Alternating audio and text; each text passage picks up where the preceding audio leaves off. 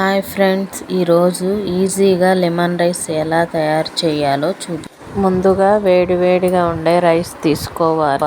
అందులో పసుపు, ఉప్పు కొంచెం వేసుకోవాలి. తరువాత స్టవ్ మీద ప్యాన్ పెట్టుకొని 2 గంటల ఆయిల్ని వేసుకోవాలి. ఆయిల్ వేడయ్యాక అందులో పచ్చిమిరపకాయలు, శనగ విత్తనాలు, ఎండుమిరపకాయలు వేసుకోవాలి. కొంచెం కరివేపాకు వేసుకొని వేయించుకోవాలి.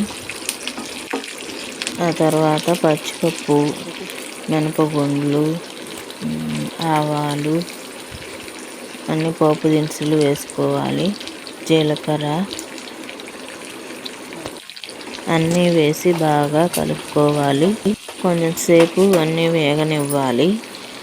వేగాక ఇందాక కలుపుకున్న రైస్ బాగా చల్లారాక నిమ్మరసం వేసుకోవాలి. రైస్ బాగా చల్లారాక మాత్రమే నిమ్మరసం వేసుకోవాలి, లేదంటే చేదొస్తుంది.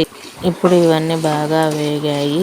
ఇప్పుడు తీసుకొని రైస్లో వేసుకోవటమే.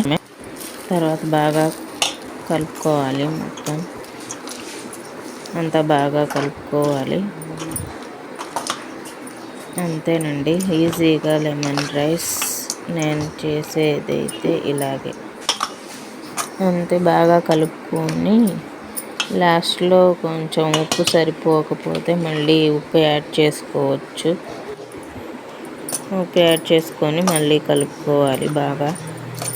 అంతే, ఈజీగా లెమన్ రైస్ అయిపోయింది. నచ్చితే లైక్